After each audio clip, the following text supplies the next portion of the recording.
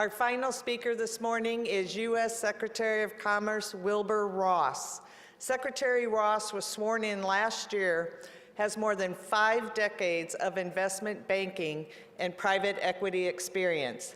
Named by Bloomberg Markets as one of the 50 most influential people in global finance, Secretary Ross previously advised New York Mayor Rudy Giuliani and served in President Bill Clinton's administration. Secretary Ross has been chairman or lead director of more than 100 companies operating in more than 20 different countries. Please join me in welcoming Secretary Wilbur Ross.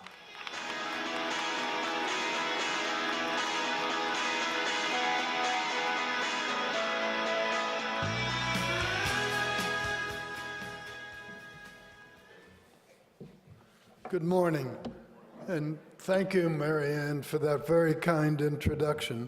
I just wish my wife were here to hear it. You can always use a little more credit at home. But it really is a pleasure to be here, and I thank the National Association of Counties Executive Committee, the Board of Directors, and the members for having me here today. Your continued engagement is vital. Each of you has a finger on the pulse of the American electorate, and this legislative conference could not be more timely. Under the Trump administration, our economy is thriving. We have created nearly 2.4 million jobs since the election. Hispanic American and African American unemployment have recently hit all-time lows, and unemployment for women is at its lowest rate in 17 years.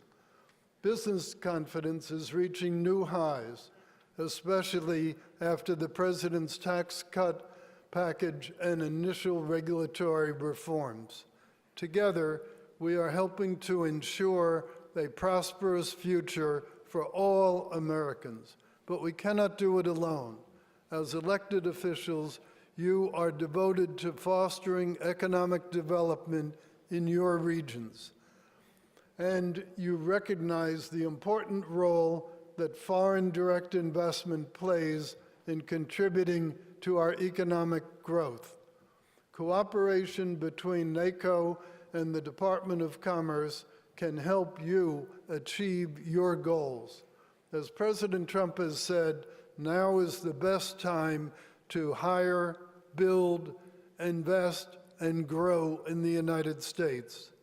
The Commerce Department's Select USA is the major federal program that encourages foreign direct investment in the United States.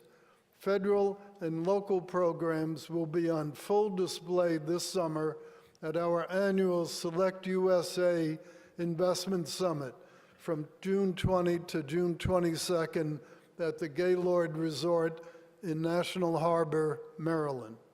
The summit brings together over 3,000 investors, economic development teams, corporate leaders, and members of the media. Please get in touch with our team to attend and open up your own booths. You'll get a very big bang for your buck. There is material at each of the tables, and if you need more information, you can go to SUSA events at trade.gov. Together, we help show global business investors everything the United States has to offer, and more importantly, everything you and your regions have to offer. Select USA has assisted thousands of U.S. EDOs and industrial companies, facilitating over $25 billion of foreign direct investment since the program was started in 2011. And that's created, obviously, tens of thousands of jobs. The task is to bring foreign prospects for greenfield and other investments to state and local EDOs who can close the deal. Foreign direct investment supports 6.8 million direct jobs in the U.S. and another 5.9 million indirect jobs. But sadly, fewer than 3% of all American businesses ever export anything. This number is far too low, and our team at the U.S. Commercial Service is positioned throughout the United States to work with your teams to help small businesses and medium businesses find new customers overseas. We have 106 domestic offices in the U.S. and 76 posts in embassies around the world.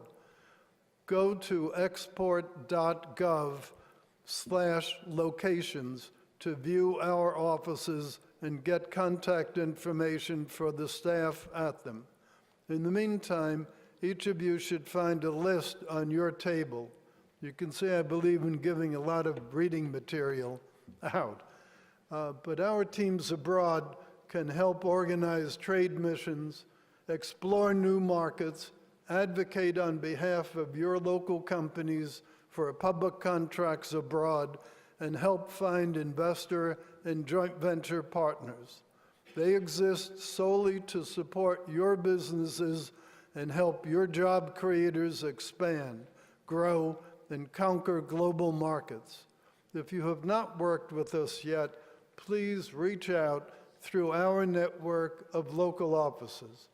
The federal government is moving to become an enabler rather than a regulator.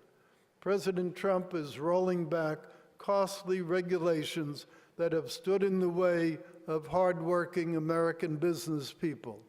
For every new regulation implemented, 22 have been eliminated. And thank you. There's more to come. President Trump also has signed 15 Congressional Review Act resolutions into law, more than any other president, ending burdensome prior administration rules and regulations. In addition, the president also has a real plan to fix our crumbling infrastructure. As he said, we will build gleaming new roads, bridges, highways, railways, and waterways all across our land, and we will do it with American heart and American hands and American grit. The president's plan includes $200 billion in federal funds to spur at least $1.5 trillion in infrastructure investments with partners at the state, local, and tribal levels. $20 billion of that is dedicated to the Transformative Progress Program for bold and innovative projects. These projects will be selected by a committee of cabinet members that I chair. $100 billion will go for infrastructure incentive programs, leveraging investment from local and state governments and, where appropriate, from the private sector. $20 billion will be devoted to expanding infrastructure financing programs. Of that $20 billion, $14 billion will go towards expanding several programs such as TIFA, WIFA, RRIF, and rural utility lending, and $6 billion towards expanding private activity bonds. $10 billion will go towards a new federal capital revolving fund to reduce inefficient leasing of federal real property. And $50 billion is dedicated to a new rural infrastructure program to rebuild and modernize rural America. Decision-making authority will be returned to state and local governments, and each program will have a single cabinet department point of contact to shepherd the project through the federal administration. America's workforce will be supported and strengthened, and permitting for infrastructure projects will be streamlined and shortened. This last point is key. In my office, I have a chart that is taller than I am. It shows the 120 some odd steps now necessary to get a major infrastructure project approved here in the U.S. The process, as you know, can take 8 or more years, and it involves at least 1/3 of the cost of the total project just for regulatory compliance. That is far too much. We will get the permitting process down to 2 years or less and at much less cost. We will rely heavily on your input as we complete this initiative. Separately, preparing for 2020 is one of my biggest challenges as Commerce Secretary. We are committed to a full and accurate census and are planning record-setting outreach programs to ensure that that is the case. A marketing budget of over $500 million, up from $371 million in 2010, will help in this regard. We are also hiring 1,000 local partnership specialists, 214 more than in 2010. They will engage local community groups to encourage participation. But you can help too. There's a joint effort between the Census Bureau and tribal, state, and local governments called Local Update of Census Addresses, or LUCA. It is a big job to check every address in the nation. By verifying and updating address lists, local government can help make sure that everyone living in your area has a chance to participate in the decennial census.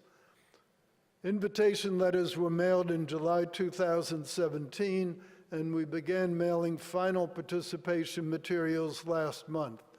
We've also distributed literature to each of your tables. Already, there are 11,597 governments registered for the program out of 39,319 that exist.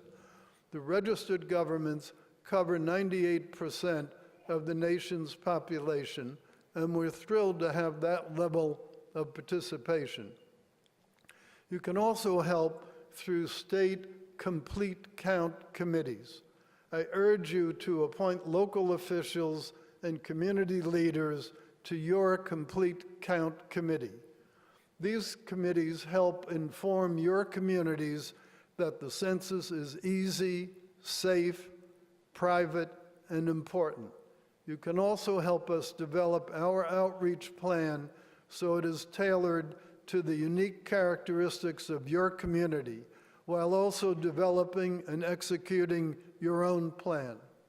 I am sure that many of you are curious about trade issues because they clearly impact your residents.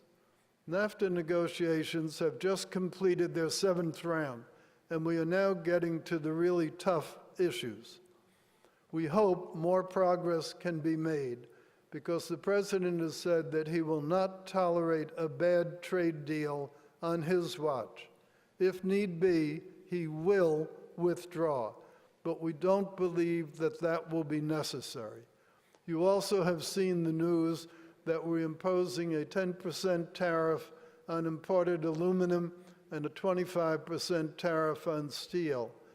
Imports of these products threaten our national security because they have decimated domestic industry to the point where in a time of crisis, we might not be able to fill our needs for national defense. More details about implementation will be released shortly. We are confident in the President's decision, and we are also confident that any negative effects on our economy will not be substantial. Higher steel costs might increase a monthly car payment by $3 or $4, and the cost of a can of soda or soup could also go up by a fraction of a penny. When you consider that our reason is to save industries that directly employ nearly 200,000 people and support lots of others as suppliers, these small costs are worth it. All of these issues are important to our nation, and whatever your political stripes, economic prosperity and national security should be goals we all can support. So I look forward to working with you as we address whatever challenges lie ahead. Thank you very much for your attention. Enjoy the rest of the conference.